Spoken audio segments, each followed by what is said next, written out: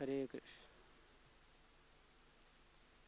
हरे कृष्ण हरे कृष्ण कृष्ण कृष्ण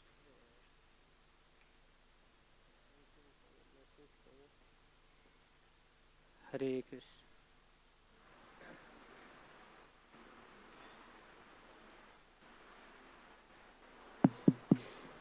हरे कृष्ण। जय राधा माधव जय कुंज बिहारी।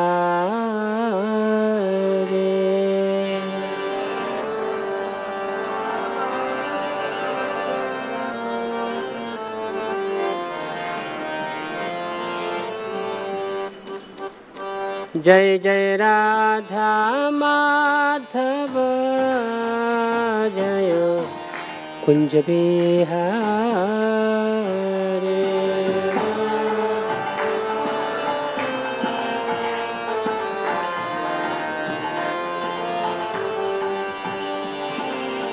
गोपी जना वल्लभा गिरिवरधारी। जय गोपी जना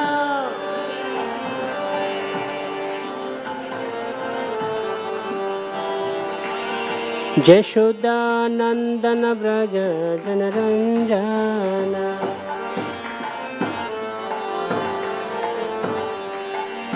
जशोदानंदन व्रज जनरंजन।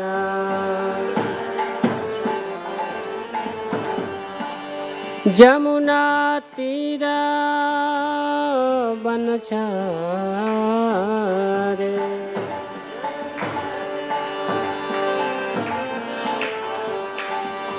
जय जय राधा माधव जय कुंज बिहारी। राधा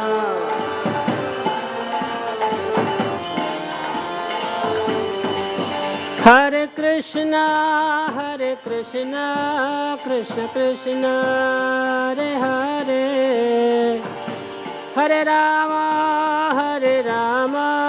राम राम हरे हरे।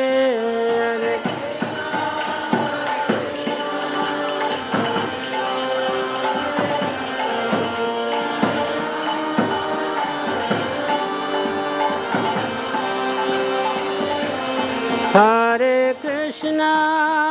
कृष्णा कृष्ण कृष्ण हरे हरे। हरे राम राम राम हरे हरे। हरे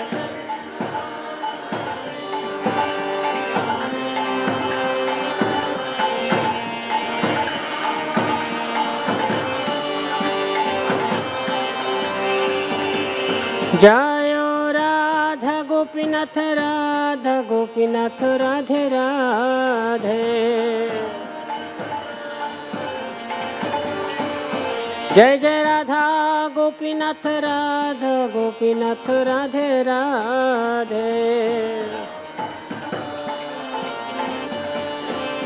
जय जय प्रभुपाद जय प्रभुपाद।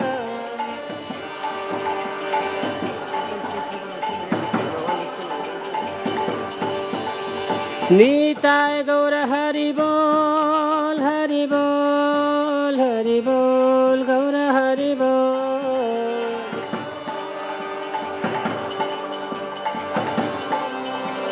नीताय गौर हरि बोल गौर हरि बोल।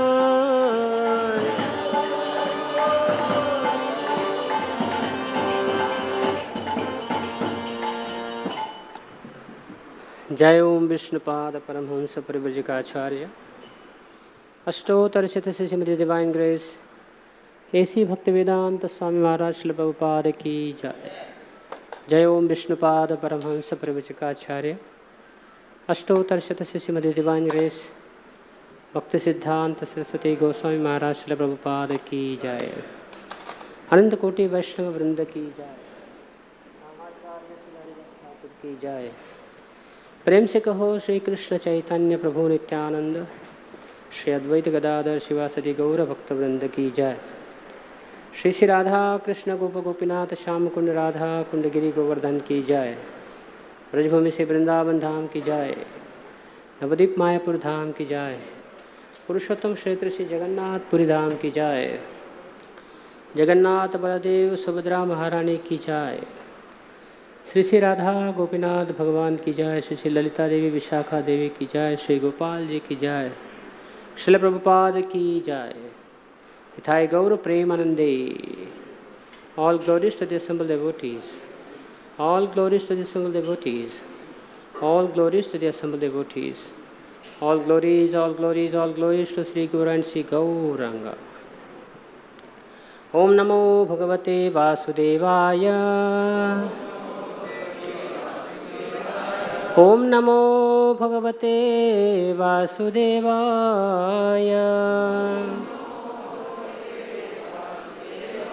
Om Namo Bhagavate Vasudevaya.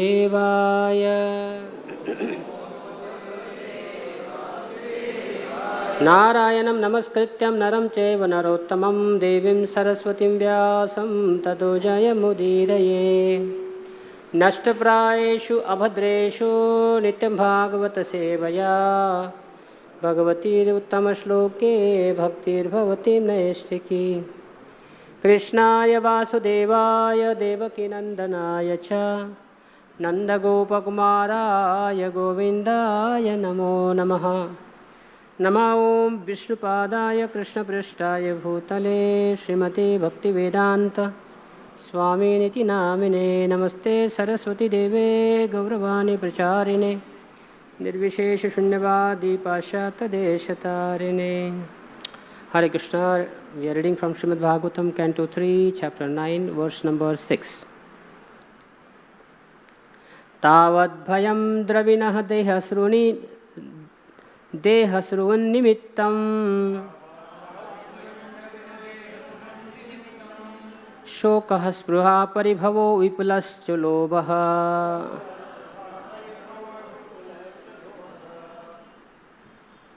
तावन्ममेत्य सदवग्रह अतिर्मूलम्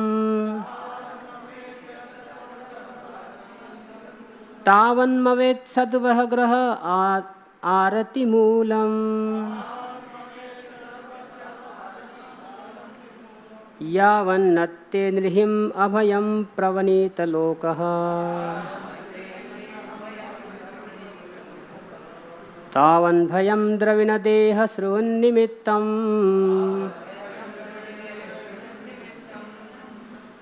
शोकः स्पृहा परिभवो विपुलश्च लोभः तावन्ममेति असत् अवग्रह आरतिमूलम् यावन्नत्ते नृगृहम् अभयं प्रवृणीतलोकः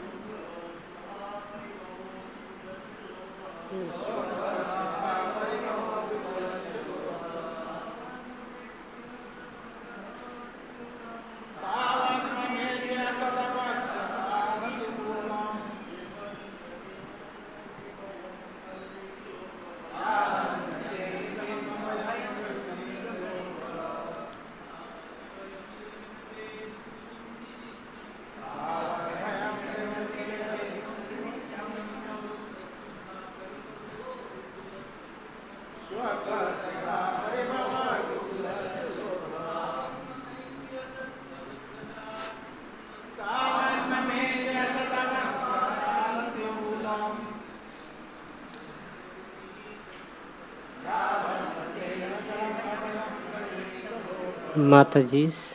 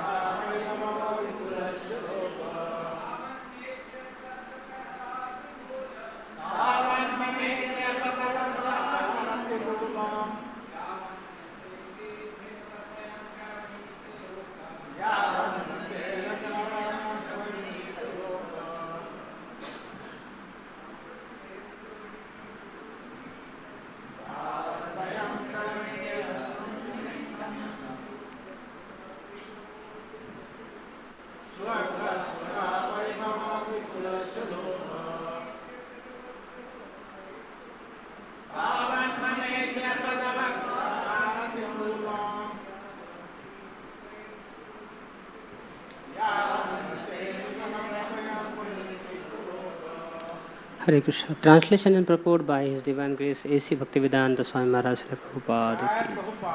Translation. O my Lord, the people of the world are embarrassed by all material anxieties. They are always afraid. They always try to protect wealth, body, and friends. They are filled with lamentation and unlawful desires and paraphernalia.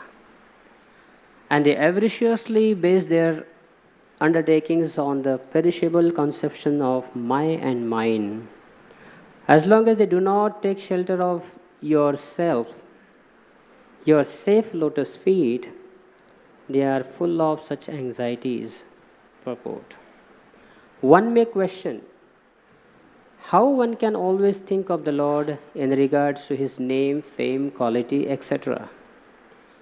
If one is embarrassed by thoughts of family affairs, everyone in this material world is full of thoughts about how to maintain his family, how to protect his wealth, how to keep peace, how to keep pace with the friends and relatives, etc.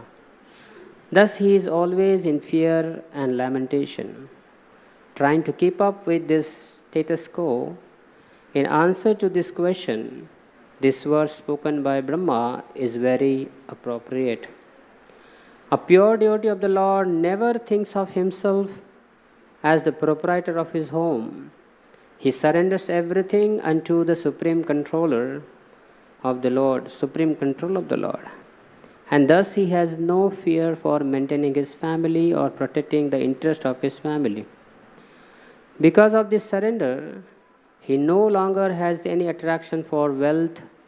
Even if there is attraction for wealth, it is not for sense enjoyment, but for the service of the Lord.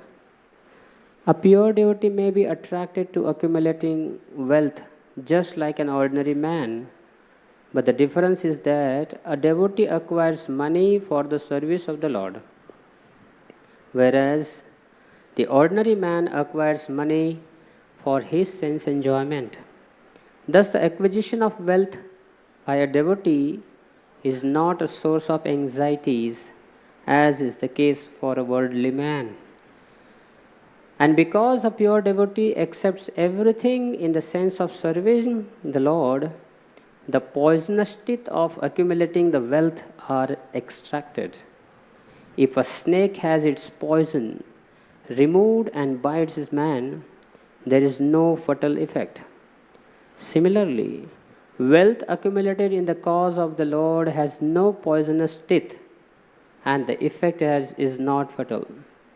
A pure devotee is never entangled in a material worldly affairs, even though he may remain in the world like an ordinary man. Om Jnanatimirandasya Jnananjana Shalakaya Chakshurunmilitam Jena Tasmai Sri Gurave Namaha. Namo Om Vishnupadaya Krishna Prasthaya Bhutale Srimade Bhaktivedanta Swami Namane Namaste Saraswati Deve Gauravani Pracharine Nirvishesha Shunyavadi Paschata Deshatarine. Hare Krishna. Very beautiful purport. Prabhupada writes in the purport that devotee is not attached to wealth. And even if God gives him, Krishna gives him wealth, he is not attached or affected by that wealth. In this world, there are four types of blind men. The first is Janmandha, person who is born blind, like Dhritarashtra. He was not only physically, materially blind, but also spiritually blind. The second is Kamandha, one who is blinded by lusty desires. Third is the person who is blinded by pride, like Duryodhana. He would never consider anyone superior to him. He was thinking that he is the best man in the world.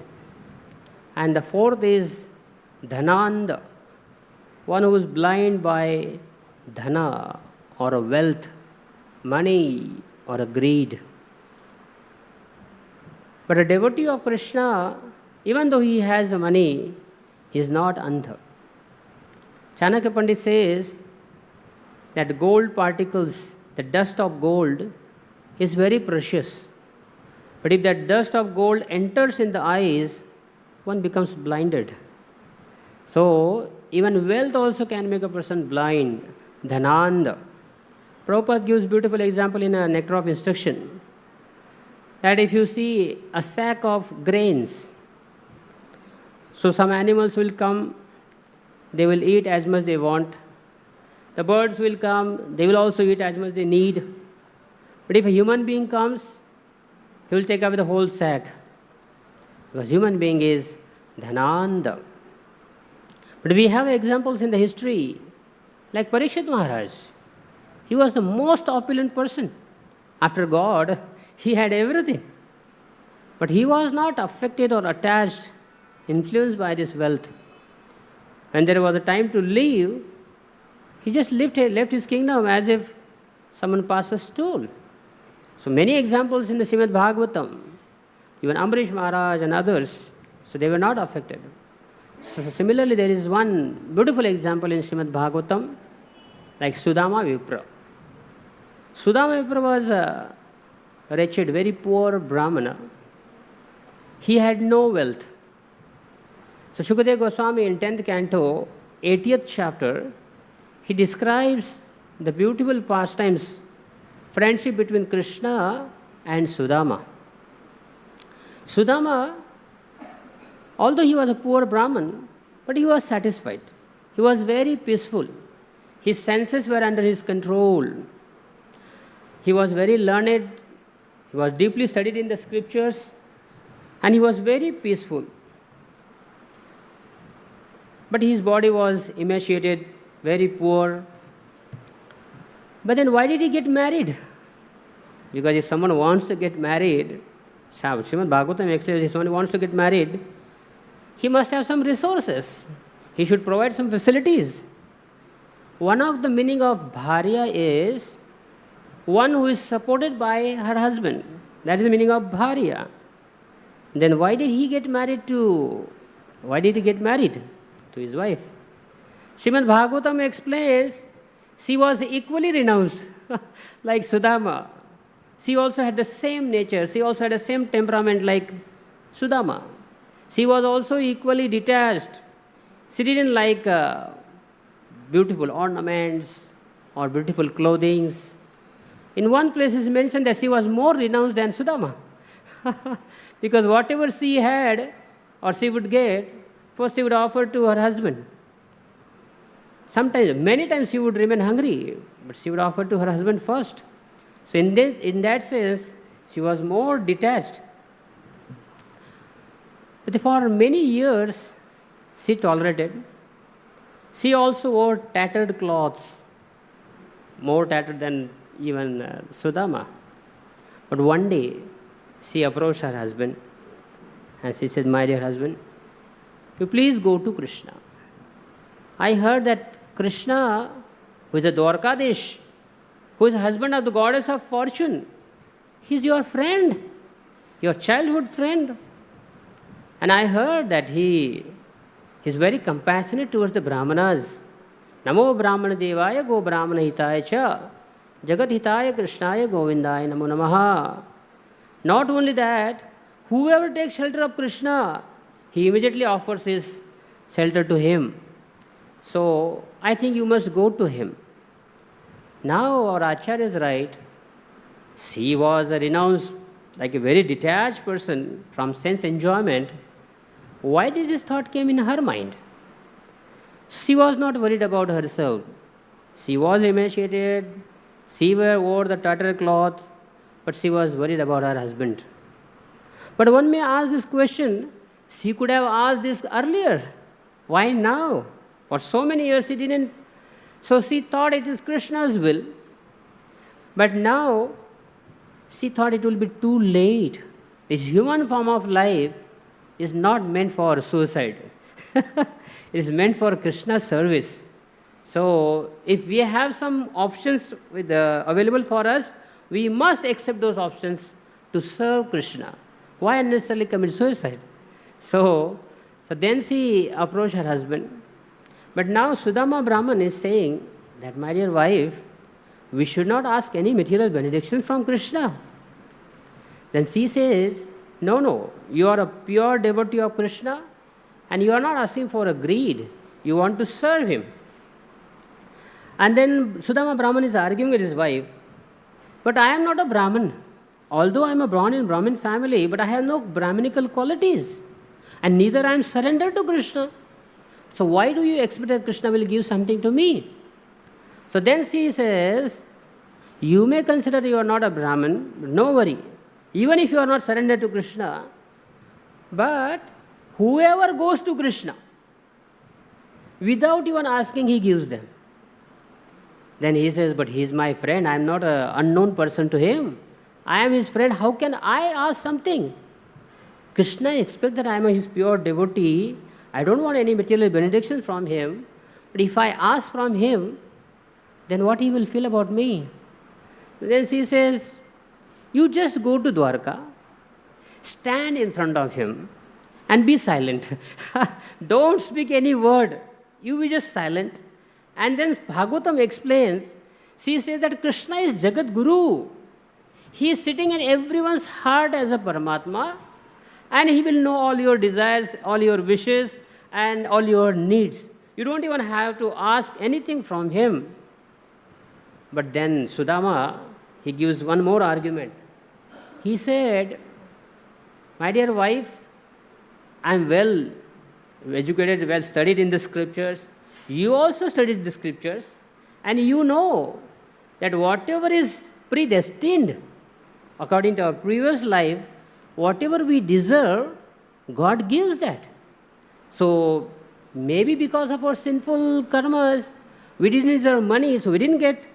Why not just remain fully dependent on the destiny? Now, she was also learned in the scriptures. She said, my dear husband, you must have heard that every day gods from the heavenly planet, they visit Dwarka. And they are standing in a queue to get their number. Everyone wants some help from Krishna. So there is one special assembly hall, I think Sudama hall. So all these gods are standing in a queue. They want, as soon as their number comes, they come to Krishna and they plead, they request him for some help. Now my question to you is, if everything is predestined, everything happens according to destination, according to our destiny, why these gods from the heaven? Why they are going to Krishna for some help? They should also only wait for their destiny. Sudama had no answer. And then Sudama says, but my dear wife, you must have heard that they take permission from the gods to enter in Dwarka. How will I take permission from the gods? Then she says, you just go till Dwarka. I am sure that Krishna will call you. You just go. So now he said, okay. Then he says, my dear wife, and he uses this one special word, Kalyani. Do you have anything in your house? Because it's not good that I'm going to meet Krishna after so long and I empty-handed going to him. It's not good. I must take some gift for him. And he uses the word Kalyani. So now Kalyani means a wife or a lady who is very expert and very auspicious Even if there is nothing in the home, in the house, but still somehow she will manage. That is meaning of Kalyani.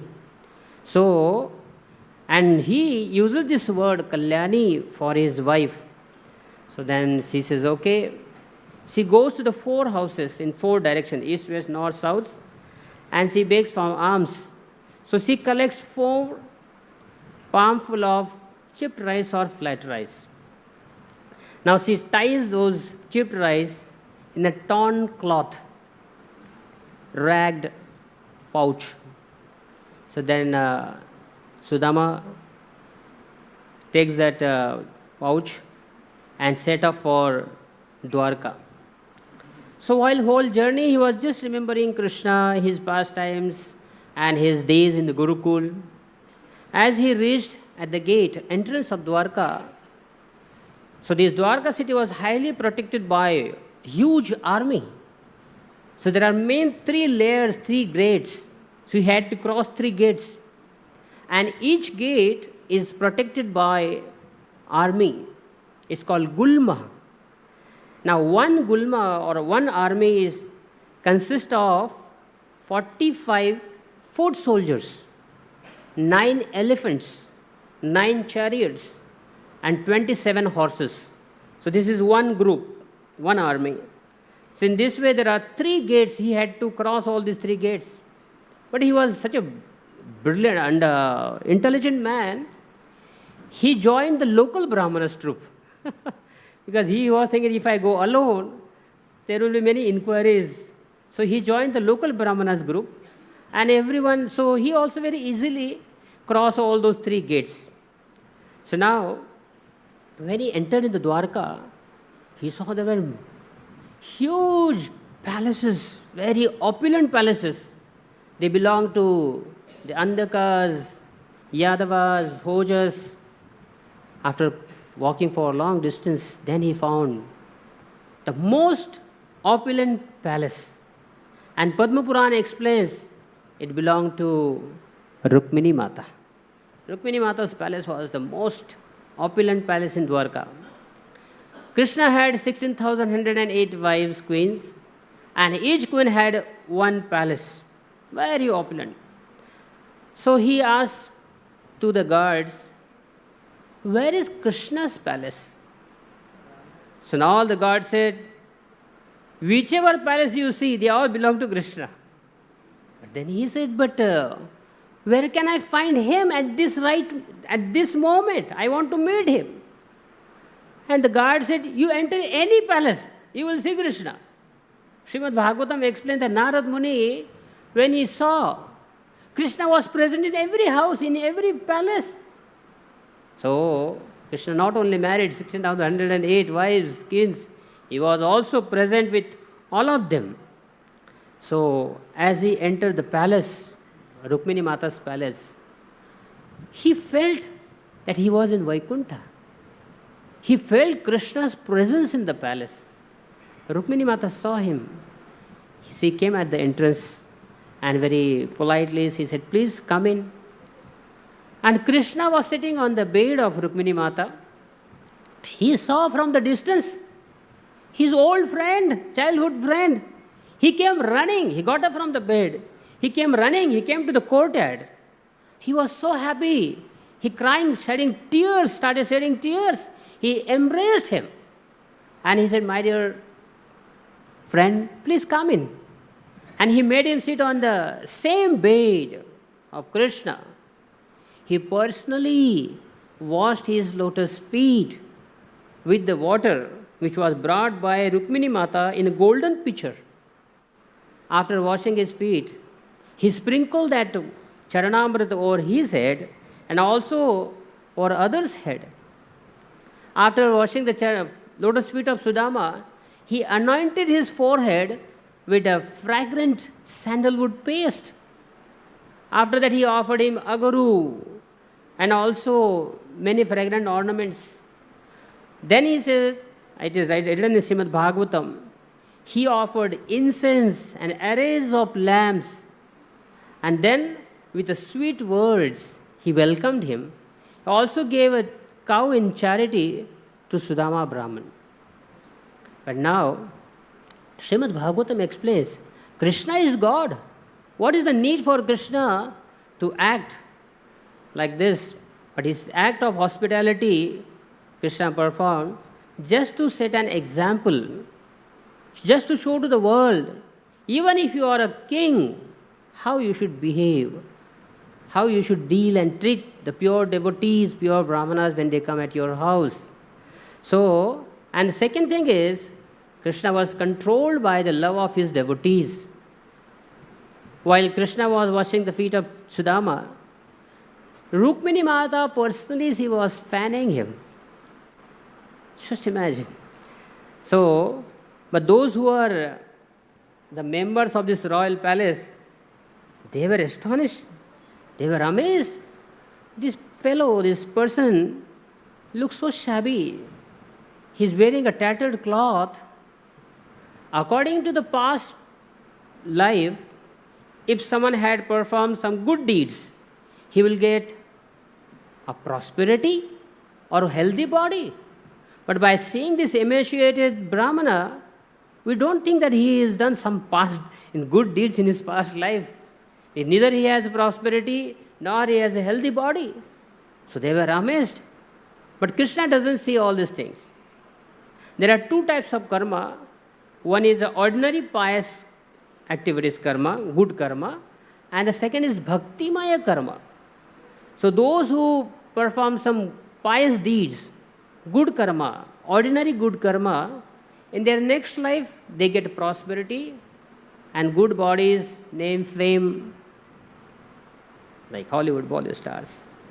But those who have performed bhaktimaya karma in their previous life, in their next life Krishna makes us sure that they will get bhakti first. They may get the opulences or not, that is secondary. But the first thing is, of course, Krishna tries to put such a living entity in the house of very well-to-do, nice, everything is arranged. So, now Krishna wanted to reciprocate with Sudama. So Sudama saw there was one ragged pouch tied to his waist. And Krishna asked him, Sudama, did you get any gift for me? Did you bring any gift for me? I know that your wife, she is so much affectionate towards me. She must have given something for me. But Sudama was hesitant to give that. Because when he took that from his house, he was thinking that he will offer it to Krishna. But after seeing the opulences and Krishna, he said, Krishna, it is not suitable for you. It is not meant for you. But Krishna snatched it. And he wanted to eat it. Now please, very important point. Krishna says in the Bhagavad Gita, Patram pushpam phalam toyam yome bhaktya prayashati tadaham bhakti uparatam ashnami prayatatmanah. If you offer me a leaf or a flower or a fruit or a water with love and devotion, I accept it. Now one may argue, what is the need of offering any ingredient? You can show your love heart to heart to Krishna. You can say, Krishna, I really love you, but I have nothing to offer to you. But he says, at least give me a small leaf or a little flower.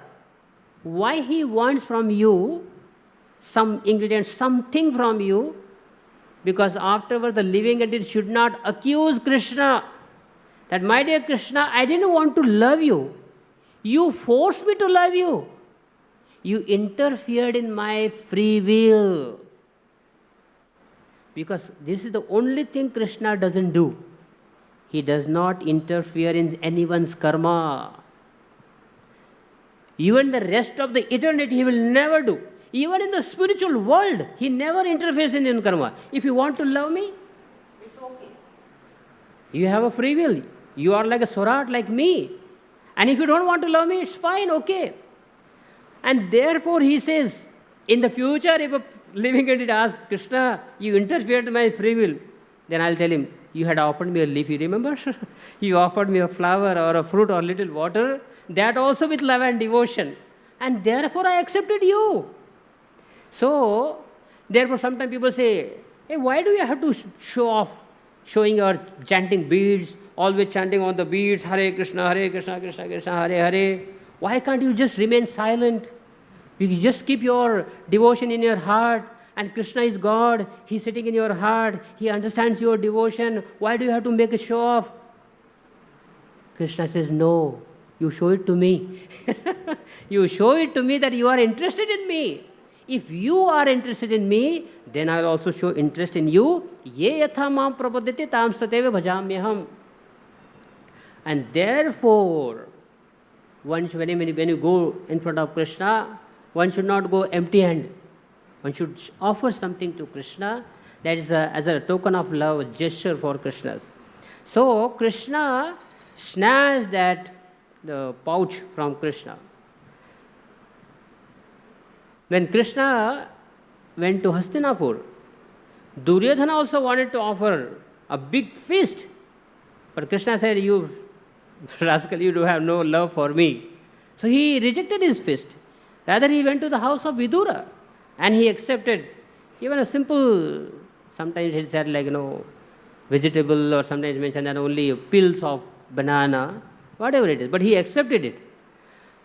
When Durvasa Rishi went to the forest, and Shakuni was very political minded person. He knew that once Draupadi finishes her lunch, then that Akshay Patra cannot produce any food during that day. The next day it will produce.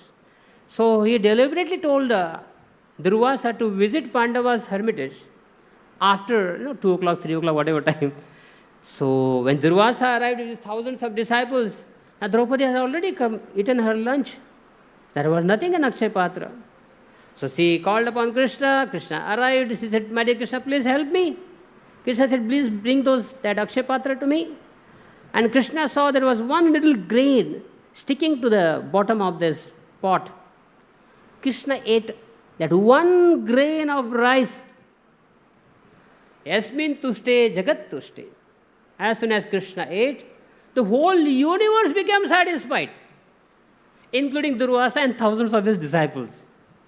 So, Prabhupada writes, Yatha taror mula nishechanena drupyanti taskanda bhujopashakaha pranopaharacha yathendriyanam tathaiva sarvar hanamachyuteja. If we water the root of the tree, each part of the tree, the branches and the fruits and the flowers and the twigs and the trunk, all these parts of the trees become automatically nourished, satisfied. When we put food in the stomach, pushes the food in the stomach, all the parts of the body, limbs get strength, become satisfied. Similarly, because Krishna is the soul of the universe, he is the Atma. Because of him, everything is Chinmaya, everything is living. So when you satisfy him, and everyone is satisfied. So Krishna also wanted to take something from Sudama. As he ate one morsel, handful of morsel, he was satisfied. Again he went to take another morsel, but Rukmini Mata stopped him. He said, my dear Krishna, it's enough. It is not meant for you. And if you take one extra morsel, I have nothing to offer to this poor beggar Brahmana. Because of acceptance of one morsel, I have given him so much of riches. Even Indra is ashamed. He is more opulent than Indra now.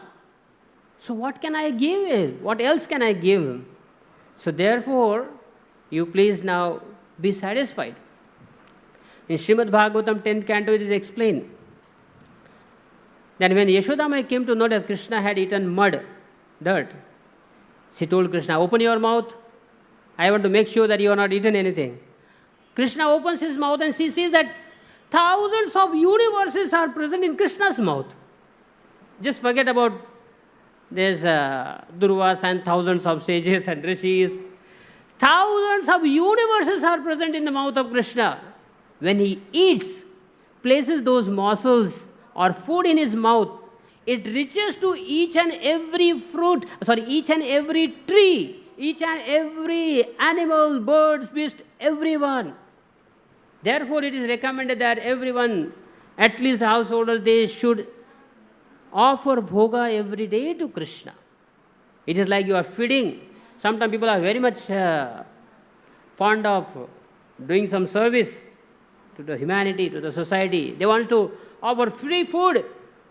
So why you want to offer free food only to 10 people, 1,000 people? Why not to everyone? This is the secret.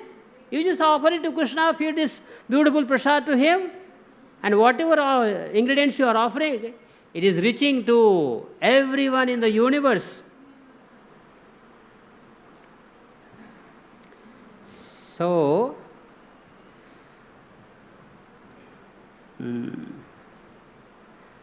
so then Krishna accepted that morsel from Sudama's pouch.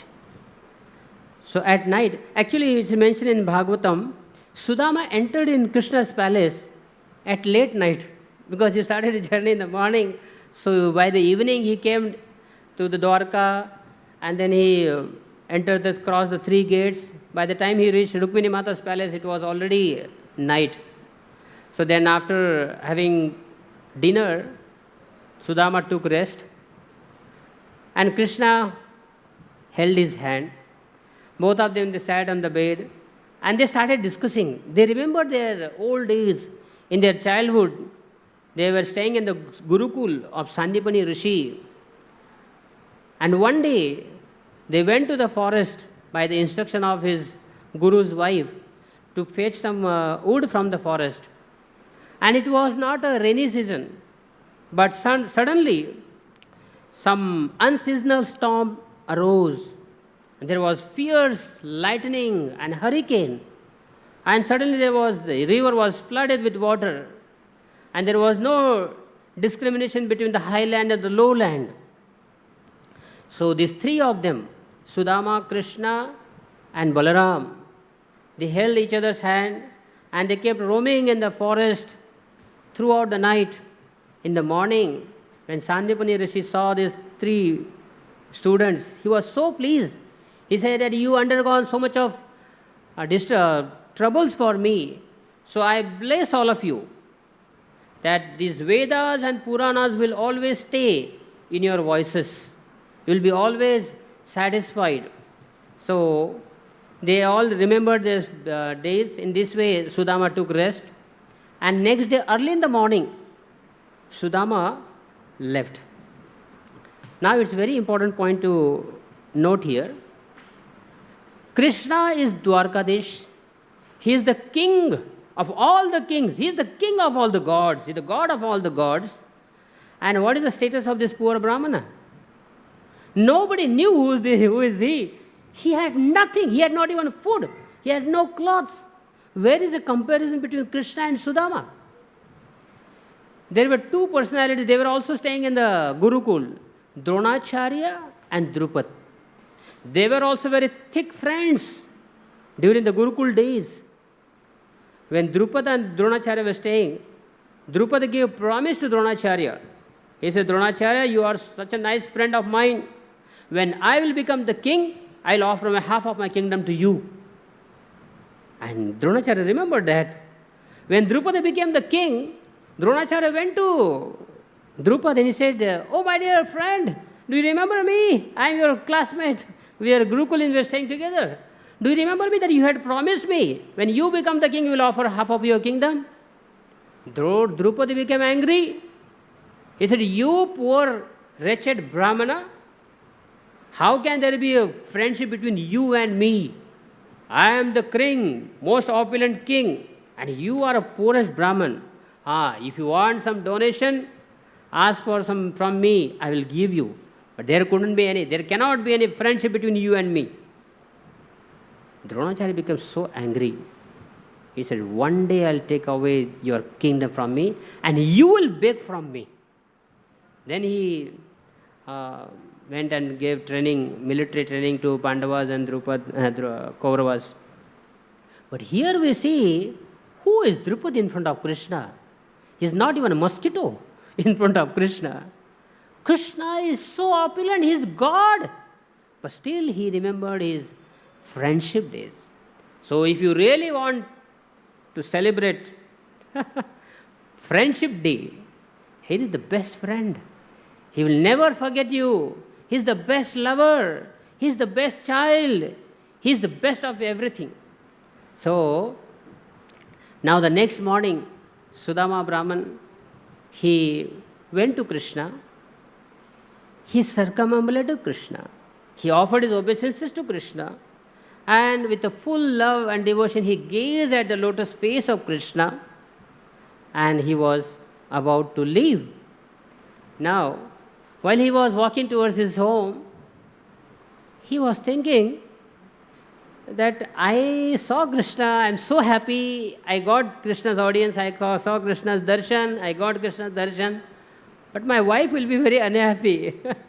She is expecting I think I will get something. See, Krishna did not give anything to Sudama, and neither Sudama asked from anything from him, because he was very shy. He didn't ask anything from him. But then he said, okay, no problem. Even if I didn't get anything from him, it's okay. But then, just see, Lakshmi Mata, she resides on the chest of Krishna in the form of a curly hairline, golden curly hairline. And that same Krishna, he embraced me. I'm so fortunate. Only Lakshmi deserves to embrace Krishna. That same Krishna, he embraced me. He made him sit on the same bed where he takes rest. Like a brother, like an elder brother. He served me. And then he says, his wives, queen, they fanned me. And then he started remembering, I'm not even a Brahman. I'm a Brahman Bandhu. I'm only for the namesake of a Brahman. I have no Brahman qualities. This is called Brahman. One who is a Brahman, he never considers he's a Brahman. So one who considers himself as a Brahman actually is not. He is saying that I am a Brahman Bandhu, I have no qualities. But still Krishna served me. And Prabhupada writes that we ISKCON people, we ISKCON devotees, we don't even consider ourselves Brahman Bandhu. Although we may consider we are a Brahmanas, Prabhupada says that we are not Brahmanas, we don't even consider ourselves Brahman Bandhu. But because it is Lord Chaitanya Mahaprabhu's instructions, Jare dekho tare kaho Krishna upadesh, Amar agya guru hoya tara yai desh. It is my instruction that whoever you meet, tell them about Krishna, bring them to Krishna, in this way you become Guru. So because it's the instruction of Chaitanya Mahaprabhu, therefore we are taking the role of a Guru or a Brahman. We are not even Brahman Bandhus. And Bhakti Siddhanta Saraswati Thakur says, actually in this world no one is qualified to serve Krishna except Lakshmi Mata and Sri Radha. But it is his causeless mercy that he receives services from everyone.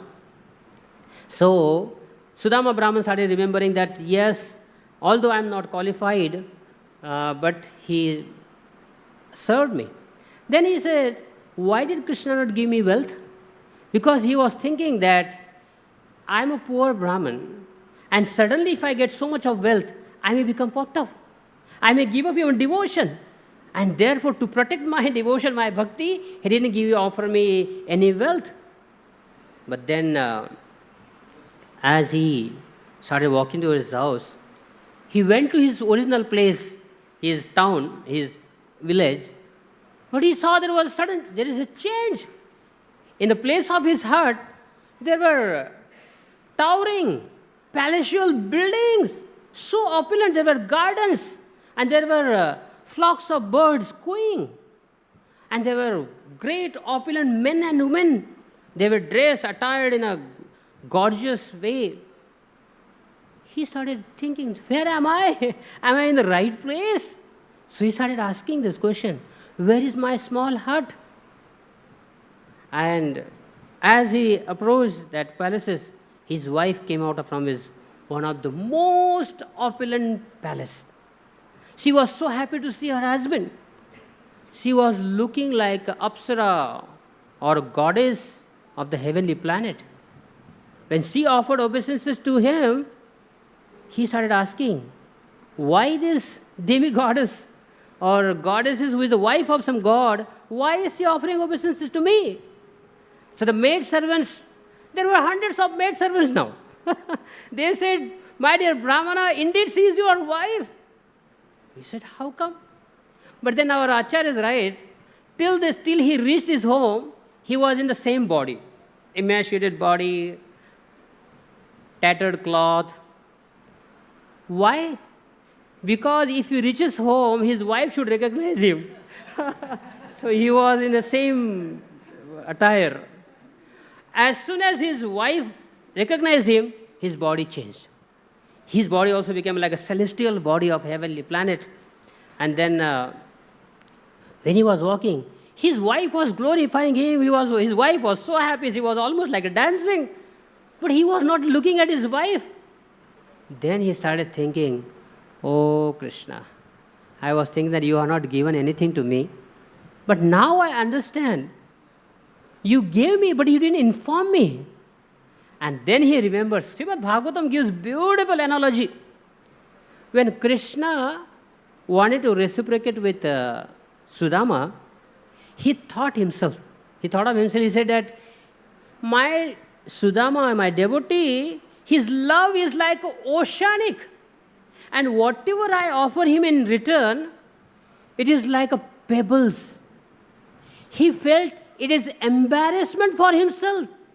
Even if I give my whole Dwarika city to Sudama, still it is not enough exchange with of his devotion. Therefore, I want to give him silently. I don't want to get embarrassed in front of him. See Krishna's mood. Actually, living at it, they don't deserve anything from Krishna, but Krishna's mood is that their devotion is so high. It's like oceanic, and whatever I serve my devotees is nothing. And therefore, he didn't want to become embarrassed in front of him. He didn't give directly. He wanted to give him silently. And the analogy is given just like a clouds. The downpour, heavy rains in the agricultural land without even asking for. The farmers, they don't ask the cloud, please send some rain. But the clouds understand the needs of the farmer. And when the farmers are asleep, they are sleeping. During that time, the cloud starts downpouring the rain. They want to serve the farmers silently. Similarly, Krishna also wanted to serve Sudama silently. Now the next question came in his mind. He said, that Krishna does not offer anything to his devotee if he sees that his devotee may become, go astray from devotional service, therefore he will not give. But of course, Krishna gave so much of opulences to Prahlad Maharaj. He gave opulences to Ambarish Maharaj. He also gave opulences to Dhruva Maharaj. Why? Because they had good intelligence. They were very strong in their devotion. And because of their good intelligence and strong devotion, Krishna offered them many riches and opulences. But then he said, I have no good qualities. I have no good qualities. I have no intelligence. I have no good intelligence. I am not even a devotee. Why did he offer these opulences to me? Then he himself answered his question. He says, because I was insisting. I am not qualified like Dhruva Maharaj. I am not qualified like Ambarish Maharaj or Prahlad Maharaj. But still he gave me these opulences like Dhruva because I was insisting him. I went and approached him, therefore he offered me. But he said, anyway, no problem. So now it's mentioned in Srimad Bhagavatam, although he had so much of opulences, but every night he slept on the floor. He maintained his renunciation throughout his life. And what did he do with his so much of riches and opulences? Every day he would give abundant, unlimited charity to the Brahmanas and to the needy people. And he remained very simple. So throughout his life, he performed his devotional service.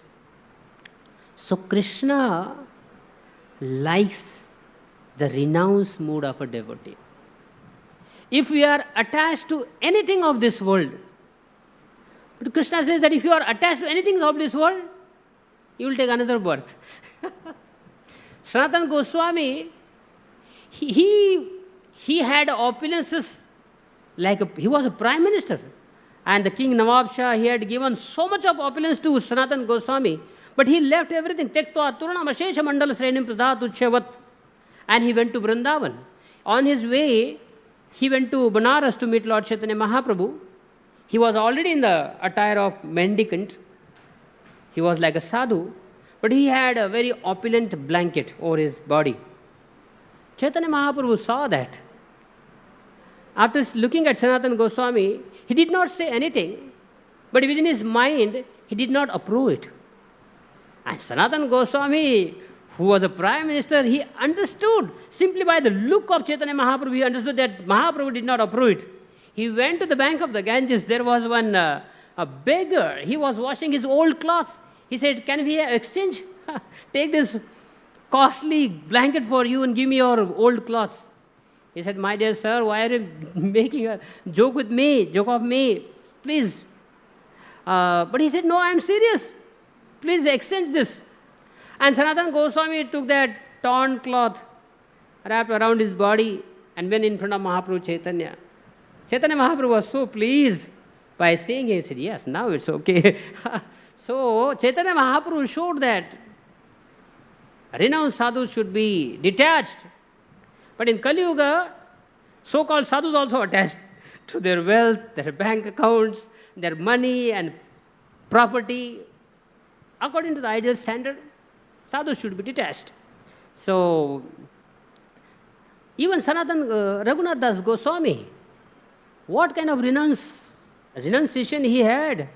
For some days he was asking for alms and sitting in front of the Simmadwaram, but later on he gave it up. And he was eating a rice which was even rejected by the cows, the Telangana cows. Telanga cows. So even the cows had rejected those rice. He would wash those rice and put it for drying. After that he would just add some salt in it and he would eat every day. Chaitanya Mahaprabhu went and took that one morsel from the same rice. Raghunath Das Goswami said, "My dear Krishna, my dear Mahaprabhu, it is not meant for you." He said, "Every day I taste thousands of preparation in the Jagannath temple in the form of a Jagannath, but I have not tasted more nectarian like this in anywhere." So, of course, the devotees who are detached like Parishit Maharaj, Amrish Maharaj, Dhruva Maharaj, although they had so much of opulences, but because their attachment was only for Krishna and not for the wealth, therefore they are all protected. Now Shukadeva Goswami gives Phalashruti. Whoever speaks this pastime of Sudama and whoever listens this with full faith, they will not only get Krishna prema, but they'll also become free from the poverty. So this is very beautiful Phalashruti. So if devotees get opulence, it's very nice. We can serve Krishna. So in this way, Krishna protects his devotees. So thank you very much. Srila Prabhupada ki jai. Hare Krishna.